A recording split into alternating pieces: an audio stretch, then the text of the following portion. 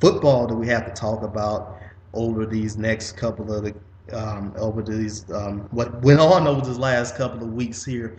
And first, we start off with the NFL, where we just had ourselves the NFL playoffs that just begun. We had ourselves four very good playoff games that just went down all the way down to the wire. Well, not all the way down to the wire, especially one did, but we had three kind of okay ones and then another one that was kind of questionable depending on which side are you looking for about.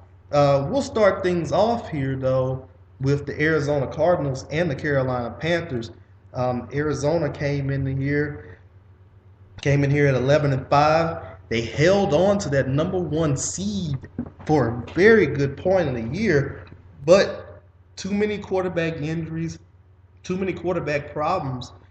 They were down to their third string quarterback, and at the end of the day, sunk all the way down to the fifth seed. They had to go travel to Carolina to face against a 7-8-1 Carolina Panthers team, which had gotten hot at the end of the year here, where they won four straight games, defeated Atlanta in the last week of the season, and also now got a chance to get into this. So, right now at this point, here they are at that one right there. Not too many people gave Carolina a very good chance of making it and winning into the playoffs, but at the end of the day, they came away. They got themselves a win um, last week, 27-16 against the Cardinals, and Cam Newton lives to see another day. He gets his first playoff win, while the Cardinals are now scrambling to see what's going to happen for the rest of the season. Um, First off, I have to say for the Cardinals, very good fight for them. They were a little bit well over their heads to start off 9-1. Did sink a little bit down to 2-4, but unfortunately, yourself, when you're down to your third, when you're down to your, the third string quarterback, not too many people are going to really expect you to win that many games coming in there. Carson Palmer had done a very good job when he was starting off. Um, and then unfortunately, he got his contract extension, then got hurt. And now the next part, Drew Stanton came in there. He had been doing pretty well during the part of the season here. Unfortunately, he gets hurt, and now you're down to Ryan Lindley or Logan Thomas. They go to Ryan Lindley, and unfortunately, Ryan Lindley had not. He was the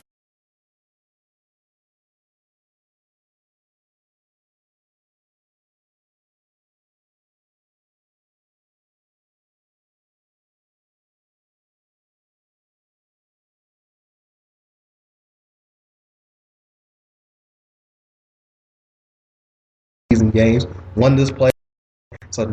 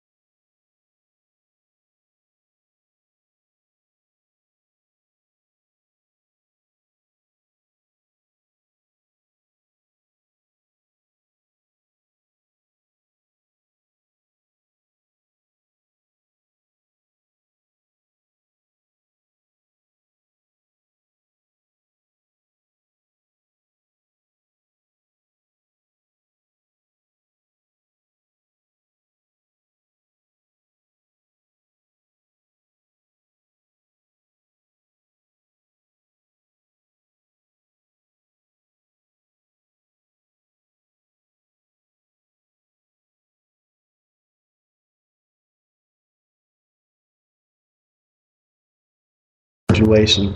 It expires. His average, he was guaranteed $27 million and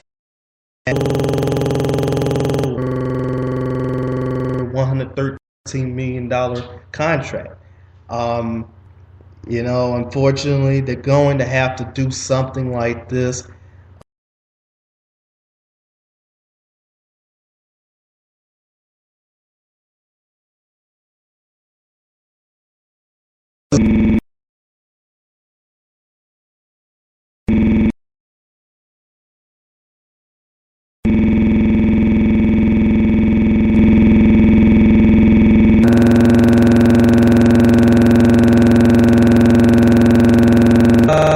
Here and stay, and just to help him, it may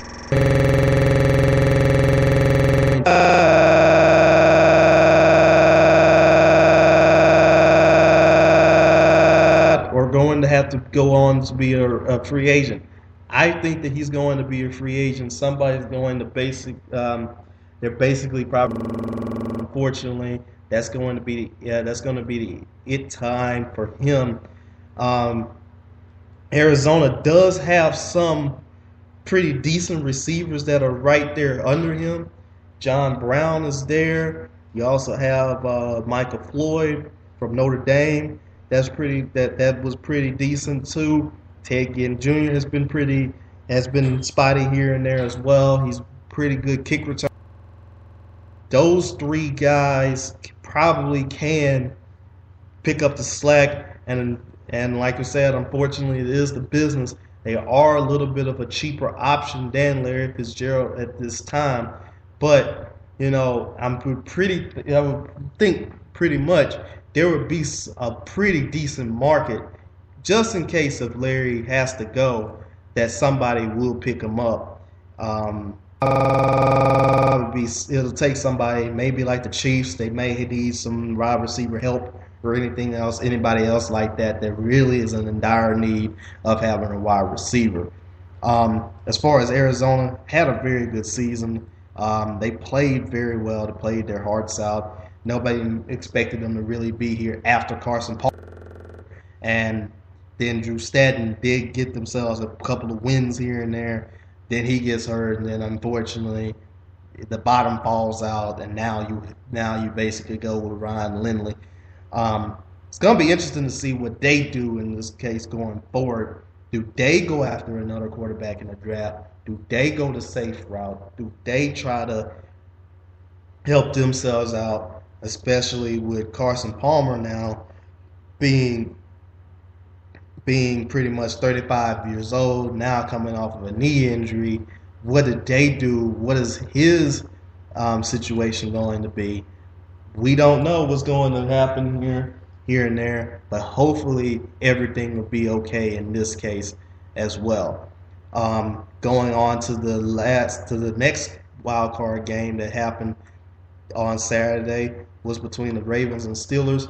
30-7 Ravens. It seemed like at one point early on it was pretty much the Ravens-Steelers matchups. They low scoring, a lot of defense, and then the Ravens just broke through in the second half and took themselves a 30-17 win. Another thing that kind of sealed the deal for the Steelers was that Ben Roethlisberger interception that sealed the game. Unfortunately for the Steelers, right now they'll be back in this situation. They got themselves a very good nucleus of Ben Roethlisberger and Antonio Brown. Has been on one of the top receivers in the NFL right now. Their defense has gotten younger. They have started to get gel up a little bit. They've started to do a few things here and there. So they'll be back in this situation. Of course, they're always a very good competitive team in the North here, and they're going to continue to win. They're going to continue to do pretty well. any other um, any other tough contract deals that they're going to have to try to do. So that's going to be one thing to see. Maybe what happens to Troy Polamalu is going to be one of those things, but I don't see any glaring holes on this one. But for Baltimore in this case, right now, I see them as, I mean, it seems like every single year they get into the playoffs, they find themselves on the road, and then they find themselves winning on the road as well. Um, right now, it seems like here Joe Flacco has been in the league for 6 years, and Joe Flacco has won himself. Joe Flacco has won himself 7 playoff games, which that is amazing to me to see, in this case.